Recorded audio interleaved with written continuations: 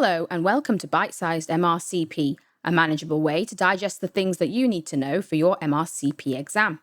We are two junior doctors based in the UK who have passed all three parts of MRCP within the last 5 years and want to help you do the same. We are not associated with any MRCP examination organisations, and the materials covered are by no means an exhaustive list of what can come up in your exam, or indeed medical advice. Please refer to your College of Entry or your friendly supervisor for further questions regarding the exam and syllabus. If you like the sound of what you hear today and would like to join us for more bite-sized revision, give us a thumbs up and press the subscribe button. Now, without further ado, let's get into today's topic, which is leptospirosis or Weil's disease.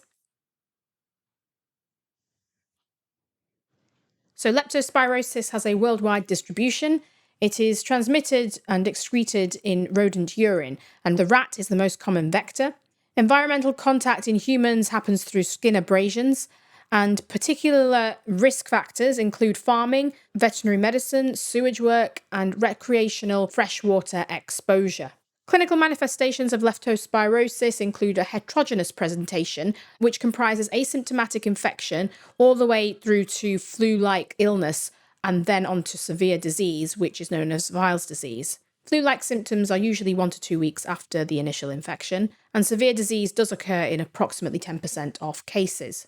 There are two main phases of leptospirosis, so you have the early non-specific bacteremic illness, and then the second phase is an immune-mediated process leading to major complications, including severe hepatitis, renal failure, low GCS, myocarditis, shock, conjunctival suffusion, hemorrhages, and aseptic meningitis. A thorough history is key in these patients, and it's important particularly to ask about travel, occupation, and hobbies, so something just to think about if you do get a case of suspected leptospirosis, for example, in a clinical communications station, or something to look out for in the vignettes during your MCQ exams. It's important to exclude more common bacteria, of course, and consult the infectious diseases team, because this is not a relatively common infection.